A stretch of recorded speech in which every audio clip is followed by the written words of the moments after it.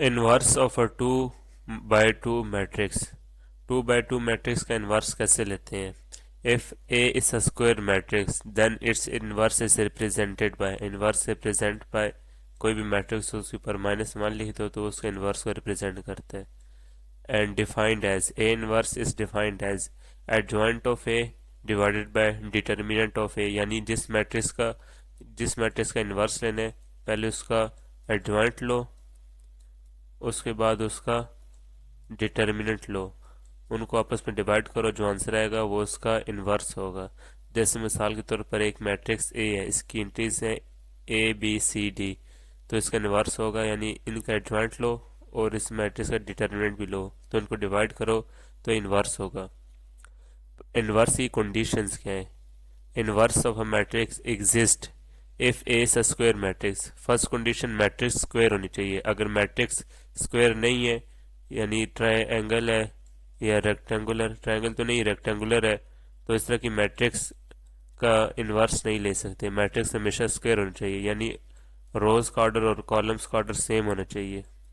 दूसरी condition, matrix non singular होनी चाहिए, यानी जब मैट्रिक्स का डिटर्मिनेंट ले तो उसका आंसर जीरो नहीं होना चाहिए।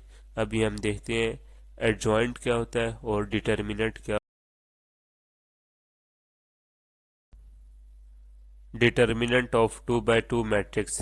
2 by 2 मैट्रिक्स का डिटर्मिनेंट कैसे लेना है? जैसे हमारे पास एक मैट्रिक्स है ए जिसकी एंट्रीज हैं 2 1 3 4। अब सबसे पहले तो डिटर्मिनेंट को ज़ाहिर करते हैं ऐसे, इस तरह के ब्रैकेट से, यानी कि अब डिटर्मिनेंट लेते हुए मैट्रिक्स के गिर स्क्वायर ब्रैकेट नहीं होंगी बल्कि ऐसे होंगी, दो लाइंस। अब डिटर्मिनेंट लेते कैसे हैं? जो डायगोनल एंट्रीज होती हैं यानी लीडिंग डायगोनल एंट्रीज, इनको आपस में मल्टीप्लाई करना है, 2 × 4, और इनके दरमियान में माइनस होगा। और जो सेकेंडरी डायगोनल यानी, या जब हम बात करते हैं कि नॉन डायगोनल या सेकेंडरी डायगोनल इन्हें कहते हैं, इनको आपस में मल्टीप्लाई करना है, तो जो आंसर आएगा ये इसका डिटर्मिनेंट होगा।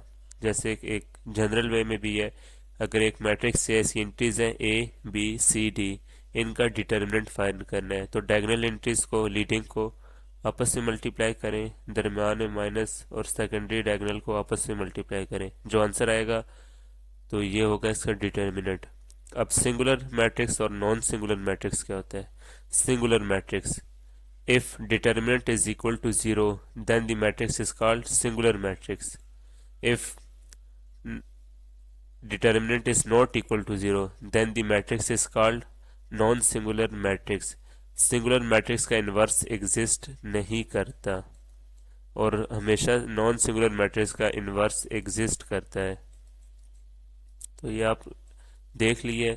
अभी आगे जाते हैं डायगोनल ऑफ अ मैट्रिक्स।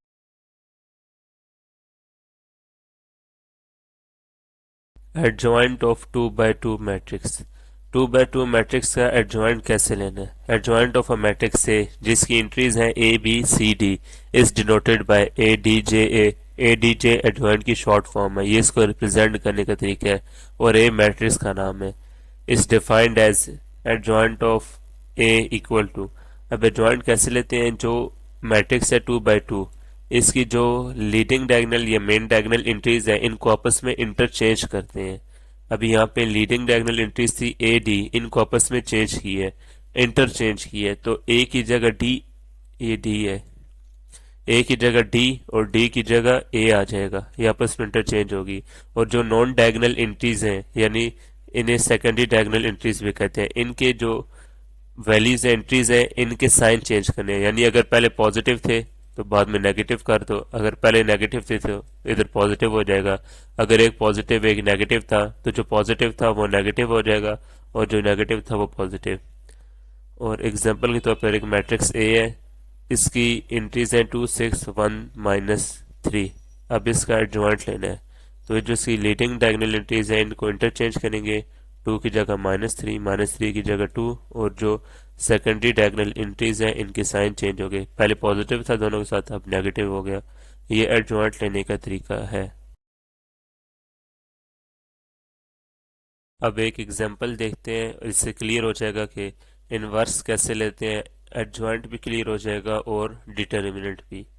हम एग्जाम्पल है हमारे पास एक मैट्रिक्स ए जिसकी एंट्रीज है 2 -4 5 7। इसका फाइंड करना है इनवर्स।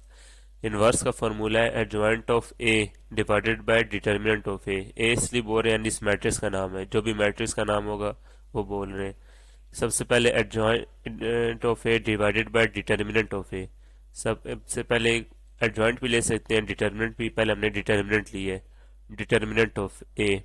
अब डिटर्मिनेंट हमें पता है कि जो डायगोनल एंट्रीज होती हैं इनको आपस में और जो नॉन डायगोनल एंट्रीज होती हैं इनको आपस में मल्टीप्लाई करते हैं, उनके दरमियान नेगेटिव साइन होता है। अभी 2 × 7 बीच में माइनस आ गया, और -4 × 5 तो ये इक्वल टू 2 7 * 14 आ गया। बीच में माइनस था और ये माइनस एक और आ जाता -20, तो पॉजिटिव ये डायरेक्ट ही किया था, माइनस माइनस प्लस हो जाता है तो इक्वल हो गया 34 के। ये आ गया डिटर्मिनेंट। अब एडजॉइंट, एडजॉइंट भी आपको पीछे भी पढ़ाया था। एडजॉइंट ऐसे लेते हैं जो इसकी लीडिंग डायगोनल या मेन डायगोनल एंट्रीज होती हैं इनको आपस में इंटरचेंज करो, और जो सेकेंडरी डायगोनल एंट्रीज हैं इनकी वैल्यू, इनकी एंट्रीज के साइन चेंज करने हैं। अब इसका डायगोनल ये लिया है, ये मैट्रिक्स थी, इसका डायगोनल 2 की जगह 7, 7 की जगह 2, और जो नॉन डायगोनल एंट्रीज थी इनके साइन चेंज कर दिए। अभी जो डायगोनल लिए एडजॉइंट लिए और डिटर्मिनेंट लिए, इनको इस फार्मूले में डाल दिए, ये आ गया, ये डिवाइड हो रहे हैं, ये आंसर है। अब 34 को इनके हर किस इंट्रीज के नीचे डिवाइड कर देना है। इस स्टेप में डिवाइड किया, नेक्स्ट स्टेप में अभी 7 34 डिवाइड नहीं होते, इसको रहने दिया 4 34। अब 4 1s और 2 1s, यानी 4 डायरेक्ट डिवाइड नहीं होता, 2 1s 2, 2s 4 और 2 17s 34 होता है। ये आ गया, सिंप्लीफाई होगा -5 और डिवाइडेड बाय 34, ये ऐसे ही रहेगा क्योंकि सिंप्लीफाई नहीं होता, पॉइंट्स में आंसर नहीं लाना। और लास्ट है 2 डिवाइडेड बाय 34, ये सबको पता है 17, 1 डिवाइडेड बाय 17 होता है ये। तो ये थी इनवर्स की एग्जांपल। Thanks for watching.